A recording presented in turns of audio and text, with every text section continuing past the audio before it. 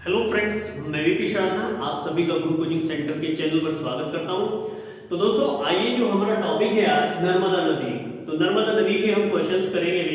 तो देखिए, सबसे पहली बात आती है जो नर्मदा नदी है वो किस किस राज्य से गुजरती है। तो देखिए, वो छत्तीसगढ़ राज्य से होकर गुजरती है, गुजरात से गुजरती है, मध्य प्रदेश से गुजरती है और महाराष्ट्र से। तो आइए चलते हैं भी नर्मदा नदी पे। तो देखिएगा दोस्तों, यह नदी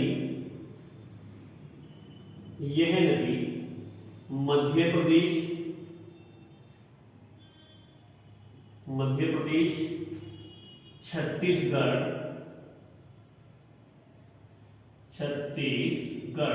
देखिए दोस्तों, मैंने शॉर्ट में बनाया है इसको 36 लिख के और मैंने गढ़ लिख दिया है। चाहो तो हम छत्तीसगढ़ वैसे भी लिख सकते हैं। तो ये छत्तीसगढ़ से गुजरती है, चाहो तो ऐसे भी कर सकते हैं। अभी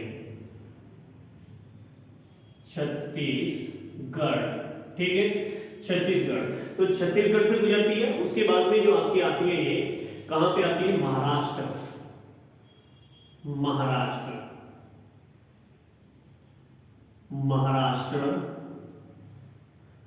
वे गुजरात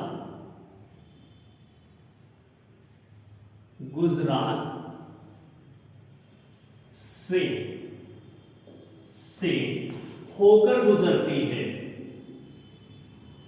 होकर गुजरती है।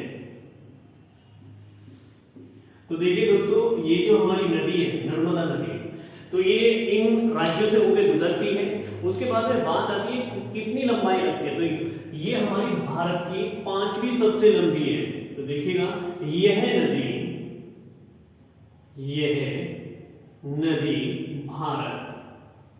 भारत की पांचवी सबसे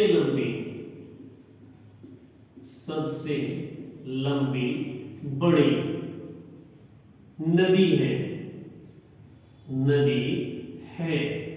जिसकी लंबाई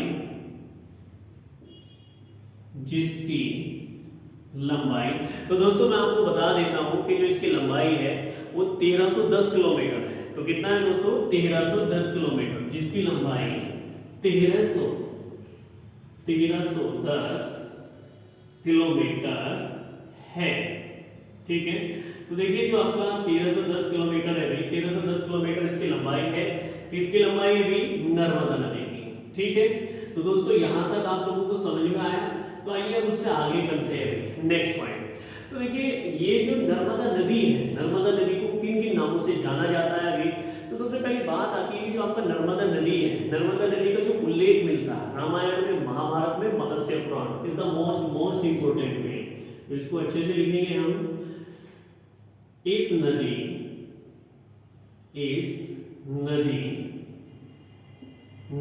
का उल्लेख रामायण, महाभारत,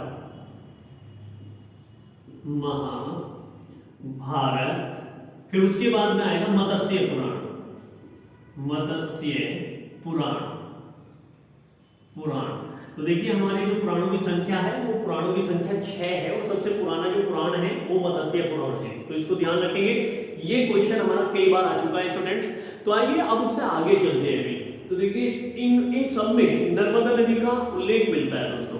तो आइए अब उससे आगे चलते हैं। तो नर्मदा नदी का उद्गम कहां से होता है? तो देखिए, मध्य प्रदेश में विंध्याचल की पहाड़ी है। तो आइए इससे आगे चलते हैं भी। इसका या नर्मदा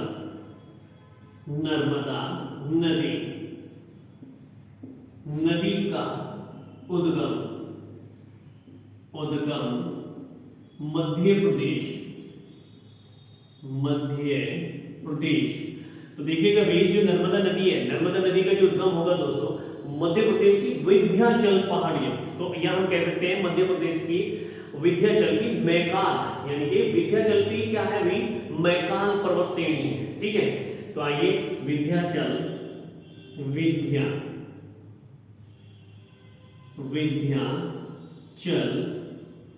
की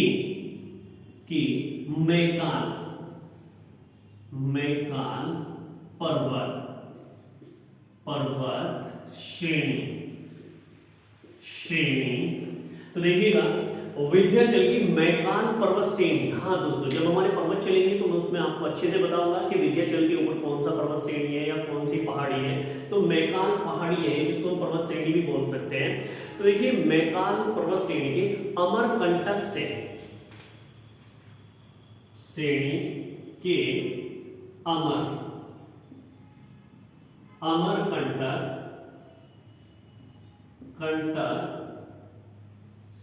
से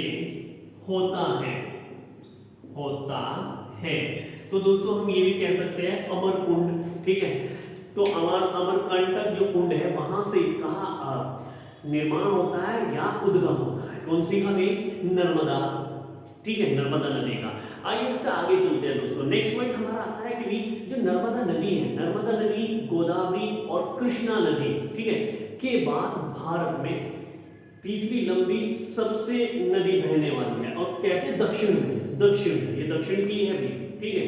तो देखिएगा उससे आगे चलते हैं। नेक्स्ट पॉइंट आएगा हमारा कि भारत में उल्टी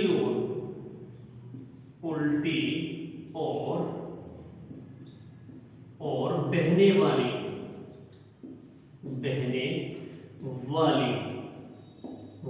सबसे बड़ी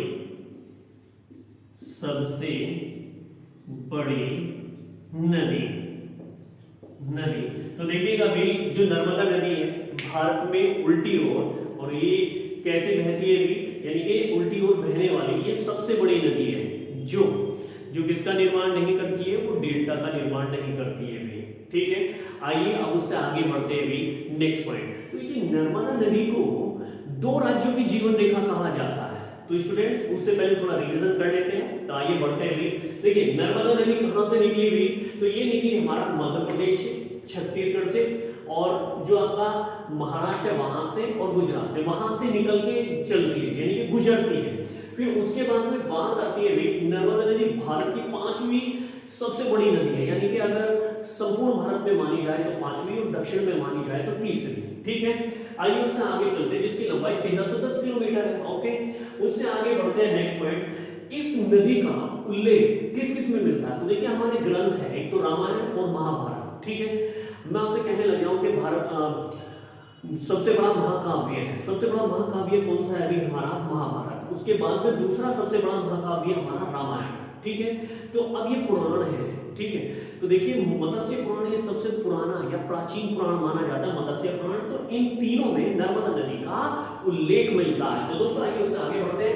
नर्मदा नदी का उद्गम मध्य प्रदेश की विंध्याचल। तो देखिए विंध्याचल पर्वत श्रृंखला है, बहुत लंबी पर्वत श्रृंखला है, लेकिन उसमें एक पहाड़ी स्थित है, कौन सी? मैकान पर्वत श्रेणी, ठीक है। तो ये स्थित है उसके, यानी कि मैकान पर्वत श्रेणी के अमरकंटक या अमरकुंड से ये निकलती है। कौन सी नदी? नर्मदा नदी। आइए उससे आगे बढ़ते हुए देखिए भारत में उल्टी ओर बहने वाली सबसे बड़ी जो नदी है वो कौन सी है दोस्तों? नर्मदा नदी। तो यहां तक सभी के समझ में आया? तो आइए स्टूडेंट्स उससे आगे बढ़ते हैं हम सभी। तो देखिए नेक्स्ट पॉइंट आता है हमारा कि नर्मदा नदी को सबसे पहले किस राज्य की जीवन रेखा कहा जाता है? तो आइए उस पर आगे बढ़ते हैं। नेक्स्ट पॉइंट मैं इसको रफ कर रहा हूं भाई। तो देखिए सभी स्टूडेंट से मेरा एक ही अनुरोध है कि वो अपने नोट्स बनाएं, यानी कि नोटबुक पे लिखते रहे, और नदियों का जितना भी हमारा टॉपिक होगा, मेन जो बातें हैं, तो उसको हम क्लियर करते चलेंगे जो हमारे एग्जाम में आते हैं, सबसे ज्यादा एग्जाम में आते हैं स्टूडेंट्स। तो आइए हम उससे आगे बढ़ते हैं। देखिए नेक्स्ट पॉइंट जो आएगा हमारा कि नर्मदा नदी को दो राज्यों की क्या कहा जाता है? जीवन रेखा। सबसे पहले जो जीवन रेखा कहा जाता है मध्य प्रदेश राज्य की, ठीक है। तो आइए उससे आगे चलते हैं भी। इस नदी को सबसे पहले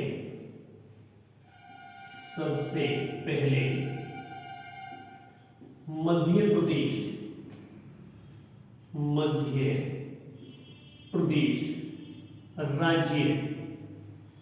राज्य की जीवन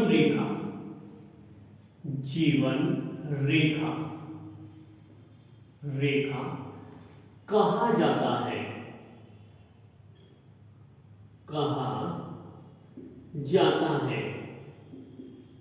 जाता है। देखिए भैया वहां पे क्या है, मध्य प्रदेश राज्य में इससे विद्युत भी उत्पन्न की जाती है और वहां पे काफी सारा क्षेत्र उसमें क्या किया जाता है, यानी कि काफी सारा जो क्षेत्र उसमें बना हुआ मध्य प्रदेश राज्य में, तो वहां पे उसमें सिंचाई भी की जाती है, तो इसलिए उसको क्या कहा जाता है अभी, मध्य प्रदेश राज्य की जीवन रेखा कहा जाता है। ठीक है स्टूडेंट्स, आइए अब उससे आगे चलते हैं। तो देखिए अब उसके बाद में कालिदास जी ने एक पुस्तक लिखी, कालिदास जी की एक पुस्तक है बहुत ही प्रसिद्ध है जिसका नाम है मेघदूत। ठीक है, तो आइएगा, तो बात आती है आपका is the most important question है फ्रेंड्स, तो इसको ध्यान में देखेंगे भी। कालिदास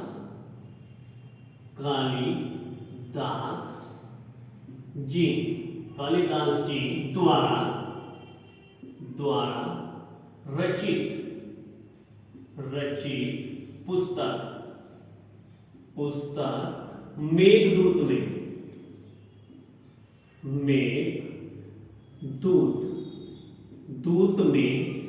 नर्मदा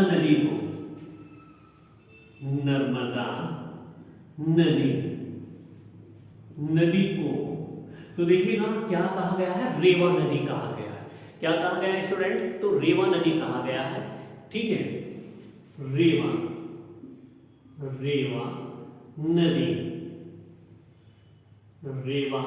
नदी कहा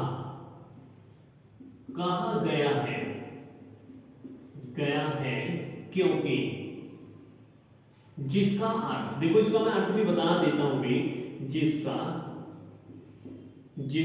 अर्थ पहाड़ियों पर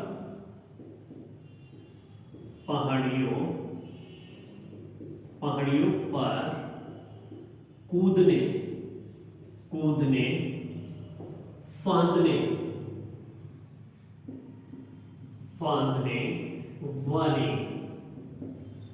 वाली नदी है, यानी कि पहाड़ियों से आती हुई ये नदी कही जाती है हमारी नर्मदा नदी। तो आइए दोस्तों उससे आगे चलते हैं भी, नेक्स्ट पॉइंट आता है अभी। तो देखिए जो नर्मदा नदी है, नर्मदा नदी पर बहुत सारे आपके जलप्रपात बने हुए हैं और बांध भी बने हुए हैं। तो दोस्तों मैं आपको बता दूं कि जो नर्मदा नदी है, नर्मदा नदी पर कौन कौन से बांध बने हुए और किस प्रकार से बने हुए हैं। तो देखिए मध्य प्रदेश में तो बना हुआ है जलप्रपात, तो मध्य प्रदेश में जलप्रपात बता देता हूं भाई। तो देखिएगा इस नदी पर बने जलप्रपात। ठीक है, तो देखिए जलप्रपात हम किसे बोलते हैं स्टूडेंट्स, तो जलप्रपात बोलते हैं जो झरने होते हैं, तो उनको जलप्रपात बोला जाता है, जो पहाड़ी से ऊपर से गिरते हैं। और किस प्रकार से, तो देखिए उनका शेप इस प्रकार से होता है कि इस प्रकार से, तो वो क्या होता है, पहाड़ी से ऐसे ये पहाड़ियां हैं और उनका शेप इस प्रकार से होगा। तो ये इस ऐसे पानी कटान कर देता है, जो ऐसे पानी आता है तो उसको हम झरना बोलते हैं। ठीक है, जो ऊंचाई से गिरता है। तो आइए उससे आगे चलते हैं, नेक्स्ट पॉइंट हमारा।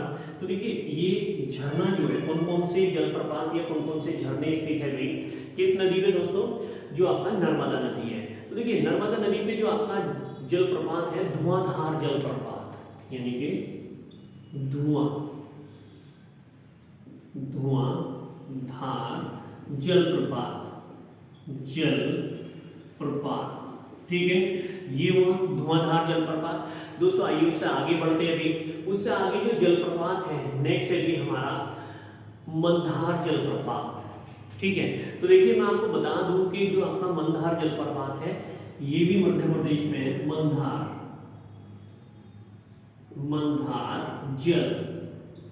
जलप्रपात। ठीक है, तो देखिए मंदार जलप्रपात भी कहां पे है, मध्य प्रदेश में स्थित है। तो उससे आगे चलते हैं अभी दुगध धारा जलप्रपात। ठीक है दोस्तों, तो देखिए दुगध धारा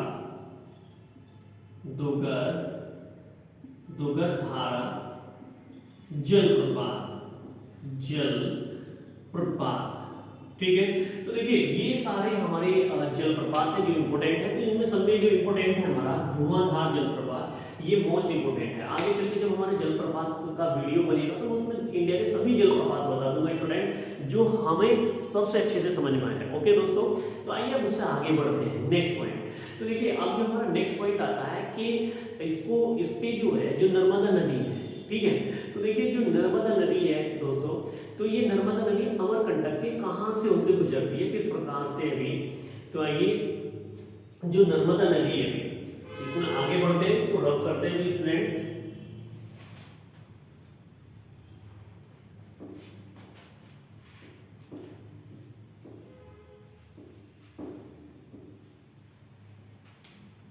ठीक है, आइए उससे आगे चलते हैं अभी दोस्तों। तो देखिए दोस्तों जो नर्मदा नदी है, नर्मदा नदी क्या है कि भी नर्मदा नदी जो है, नर्मदा नदी पर सरदार सरोवर बांध है और वो कहां पे स्थित है, तो इसको देख लेते हैं। मोस्ट इंपोर्टेंट है ये, देखिएगा इस नदी पर, इस नदी पर सरदार सरोवर बांध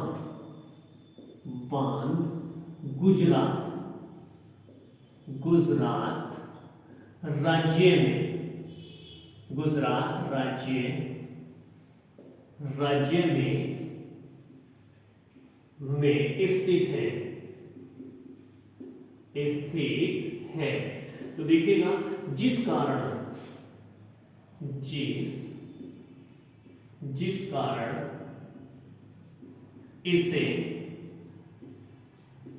इसे गुजरात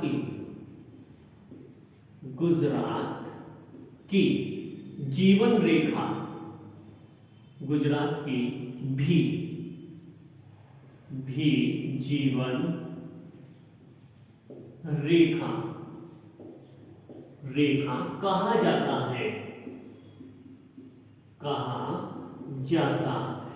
ठीक है दोस्तों, तो देखिएगा इस पे गुजरात में सरदार सरोवर बांध है फ्रेंड्स, तो वहां पे इसको इस बांध के कारण जीवन रेखा की संज्ञा दी गई है। तो हम समझ सकते हैं ये दो राज्यों की जीवन रेखा कही जाती है, सबसे पहला मध्य प्रदेश राज्य की और उसके बाद में नंबर 2 है भी कौन सा, ये मैंने आपको बताया गुजरात राज्य। ओके, सभी को याद हो गया। तो आइए हम उससे आगे बढ़ते हैं दोस्तों। तो देखिएगा जो सरदार सरोवर बांध है वहां पे क्या है कि जो इसको जीवन रेखा कहा गया है। तो देखिए जो सरदार सरोवर बांध है उस पे 1450 मेगावाट विद्युत उत्पन्न की जाती है। तो देखिएगा सरदार सरोवर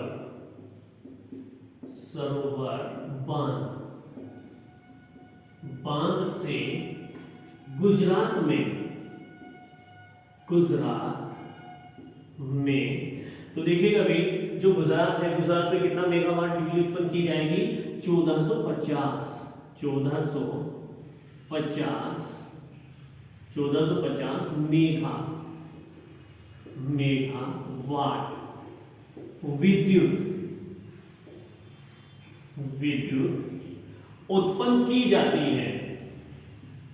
विद्युत उत्पन्न की जाती है। तो देखिएगा दोस्तों जो 1450 मेगावाट विद्युत है वो उत्पन्न की जाती है भी, और वो कहां से की जाती है दोस्तों, वो गुजरात से की जाती है। और कौन से बांध से भी, सरदार सरोवर बांध से। तो ये हमारा is the most important questions है भी, कई बार हमारा एग्जाम में आ चुका है, चाहे यूपी टेट हो, सी टेट हो, चाहे वो फिर आपका यूपी पुलिस हो, XYZ कोई सा भी एग्जाम हो। ठीक है, तो अब देखिए इसके बाद में इससे क्या होता है, तो देखिएगा इस पे 68 लाख यानी कि 68 लाख हेक्टेयर जमीन सिंचाई की जाती है, जिससे उत्पन्न की जाती है, जिससे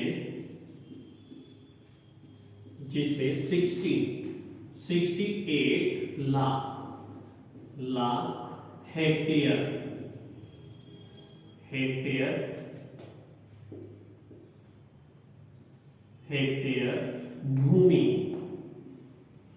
भूमि की सिंचाई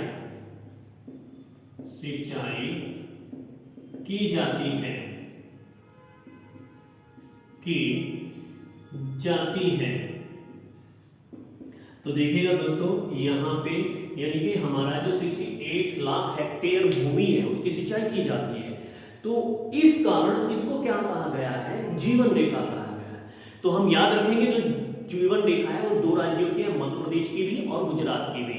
ओके, आइए अब उससे आगे चलते हैं दोस्तों। तो देखिए भाई सरदार सरोवर जो बांध है उस योजना को सबसे पहले किसने लागू किया था, ये इंपोर्टेंट क्वेश्चन है, इसको अच्छे से देखेंगे भाई। तो देखिएगा सरदार सरोवर, सरदार सरोवर, सरोवर बांध, बांध की नींव, सरदार सरोवर बांध की नींव, नींव सबसे पहले, सबसे पहले पहले सरदार पटेल, सरदार पटेल, पटेल जी ने रखी थी, रखी थी। ठीक है, तो दोस्तों बहुत से स्टूडेंट्स जो है वो जेएल नेहरू को बोलते हैं, प्रधानमंत्री जेएल नेहरू, लेकिन प्रधानमंत्री जेएल नेहरू नहीं थे। तो कौन थे भी सबसे पहले, वो थे सरदार पटेल, है ना। तो देखिए जो सरदार पटेल जी थे, सरदार पटेल जी ने इसकी सबसे पहले नींव रखी। और दोस्तों कब रखी थी ये भी मैं आपको बता दूंगा कि इसकी जो नींव रखी थी सरदार पटेल जी ने, वो रखी थी भी आपका 1945 में, यानी कि 1990 यानी कि 1955 ईस्वी में। ठीक है दोस्तों, तो देखिएगा 1945 ईस्वी में, ठीक है, जिसमें हमारा देश जो आजाद हुआ था 1947 ईस्वी में हुआ था, लेकिन उससे पहले इन्होंने नींव रखवा दी थी अंग्रेजों के द्वारा। ठीक है, तो मुख्य कार्यकर्ता जो कहा जाता है सबसे पहले सरदार पटेल को कहा जाता है। क्लियर है सभी का। तो आइए हम उससे आगे बढ़ते हैं। फिर उसके बाद में 1961 में पीएम जेएल नेहरू ने इसकी नींव रखी। तो आइए उससे आगे बढ़ते हैं भी दोस्तों हम।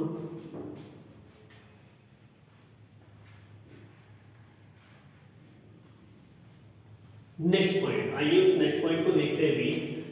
तो देखिएगा सरदार, सरदार सरोवर, सरोवर बांध, बांध की दूसरी बार, दूसरी बार नींव, नींव 1961 ईस्वी में, 1961 ईस्वी में PM JL Nehru, JL Nehru ने, नेहरू जी ने रखी थी, रखी थी। ठीक है, तो देखिए दोस्तों जो जवाहरलाल नेहरू थे उन्होंने दूसरी बार इसकी नींव रखी, और जो भारत के प्रधानमंत्री थे। तो दोस्तों आइए उससे आगे चलते हैं, जिसे सितंबर 2017 में पीएम मोदी जी ने पूरा किया। ठीक है, जिसे सितंबर 2015 में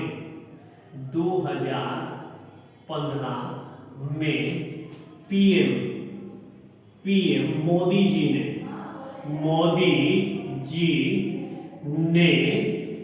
पूर्ण किया था।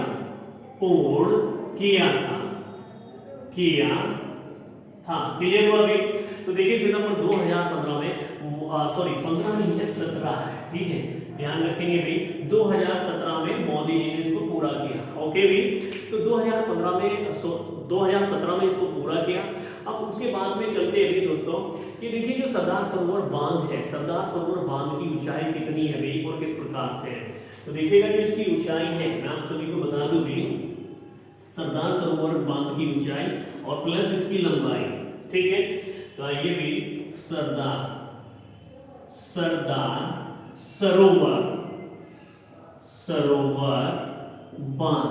ठीक है, तो आइए दोस्तों एक बार इसको देख लेते हैं सरदार सरोवर बांध। तो देखिएगा जो इसका लंबाई है यानी कि ऊंचाई, ठीक है, ऊंचाई कितना है तो देखिएगा जो इसकी ऊंचाई है वो 138.68 मीटर है, यानी कि 138.68 मीटर, ये तो हो गई ऊंचाई। दोस्तों अब आते हैं लंबाई के बारे में। तो सरदार सरोवर जो बांध है उसकी जो लंबाई है वो कितनी है अभी, तो 100 यानी कि आपका 1210 यानी कि 1210 मीटर, ठीक है, ये क्या है लंबाई है इसकी, 1210 मीटर लंबाई है। तो समझिए दोस्तों, आइए उससे आगे बढ़ते हैं। तो देखिए सरदार सरोवर बांध से जो है वो विद्युत उत्पन्न कैसे करते हैं, या फिर मैं आपसे कह दूं कि जो नर्मदा नदी है, नर्मदा नदी से कितनी विद्युत उत्पन्न की जाती है। तो आइए एक बार इसको देख लेते हैं अभी दोस्तों, नर्मदा नदी से। तो नेक्स्ट क्वेश्चन की ओर बढ़ेंगे। तो देखिए दोस्तों, मेरा आप सभी से कहना है कि जितने भी हमारे स्टूडेंट्स हैं, जितने भी हमारे प्रिय स्टूडेंट्स पढ़ रहे हैं, तो वो प्लीज वीडियो को लाइक करें और ज्यादा से ज्यादा शेयर करें, जिससे मैं आपके लिए और भी इससे भी अच्छे आपको कंटेंट ला सकूं और भी अच्छे क्वेश्चंस ला सकूं भी, ताकि आपके 100% आपका परीक्षा में लग सके, एग्जाम में लग सके। तो आइए दोस्तों उससे आगे बढ़ते हैं अभी। तो देखिए जो नर्मदा नदी है, नर्मदा नदी से 57% या 57% मध्य प्रदेश यूज करता है क्या भी, विद्युत, ठीक है। तो आइए भी जो नर्मदा नदी है इससे क्या है, यानी कि 57% विद्युत 57% विद्युत। तो अब देखिए जो प्राप्त करता है अभी, तो देखिए 57% विद्युत जो प्राप्त करता है वो मध्य प्रदेश, ठीक है, मध्य प्रदेश 57% विद्युत इससे प्राप्त करता है अभी नर्मदा नदी से। उससे आगे चलते हैं दोस्तों, अब महाराष्ट्र जो विद्युत प्राप्त करेगा अभी, यानी कि 27%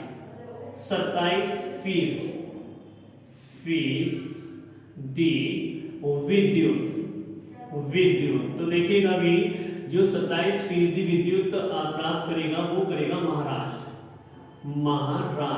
क्लियर हुआ अभी। उसके बाद में नेक्स्ट चलते हैं नर्मदा नदी पे, आगे जो आएगा अभी 16% जो विद्युत प्राप्त करता है वो गुजरात करता है अभी। तो उससे आगे बढ़ते हैं अभी 16%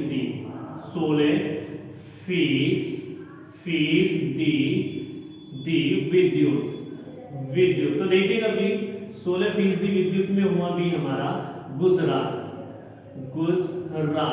क्लियर हुआ अभी, गुजरात राज्य। अब उससे आगे बढ़ते हैं अभी। तो देखिए जो राजस्थान है, राजस्थान केवल इसका पानी यूज करता है। तो इसमें हम ऐसे भी कर सकते हैं भी नोट करके, ठीक है, कि राजस्थान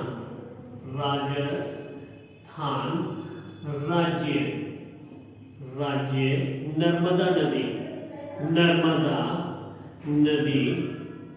नदी का केवल पानी या जल प्रयोग में लाता है। क्लियर हुआ अभी। तो दोस्तों ये हुआ। अब आइए उससे आगे बढ़ते हैं अभी। तो देखिए जो नर्मदा नदी है, नर्मदा नदी का अंत कैसे होता है, किस प्रकार से होता है अभी।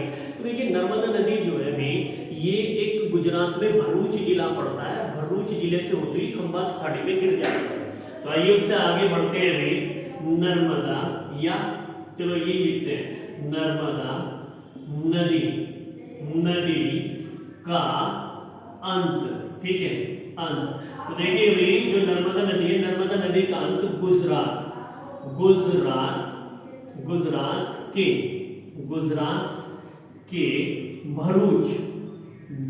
भरूच जिले से होते हुए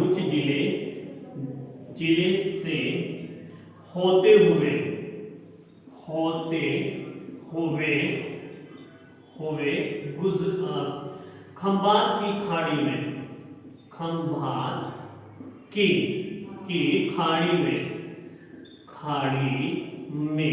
होता है, यानी कि होता है, ठीक है, ओके। तो देखिएगा फ्रेंड्स ये हमारी क्या थी, यानी कि जो नर्मदा नदी थी, नर्मदा नदी का जो अंत होता है वो कहाँ पे होता है भाई, यानी कि खंबात की खाड़ी में होता है। पूर्ण रूप से फिर उसके बाद में ये अरब सागर में मिल जाती है, तब जाके हमारा अंत हो जाता है नर्मदा नदी का। तो क्लियर हुआ दोस्तों? तो मुझे आप बताएंगे कमेंट्स बॉक्स में, कमेंट्स करेंगे जरूर कि आपको आज की वीडियो कैसी लगी, आज के क्वेश्चन कैसे लगे। उसके आधार पे मैं आपको उससे भी अच्छे अच्छे क्वेश्चंस जो हमारी परीक्षाओं में लगते हैं, ठीक है, चाहे वो कोई सा भी एग्जाम हो, सभी में लगते हैं, तो वो मैं आपके लिए क्वेश्चंस लाऊंगा।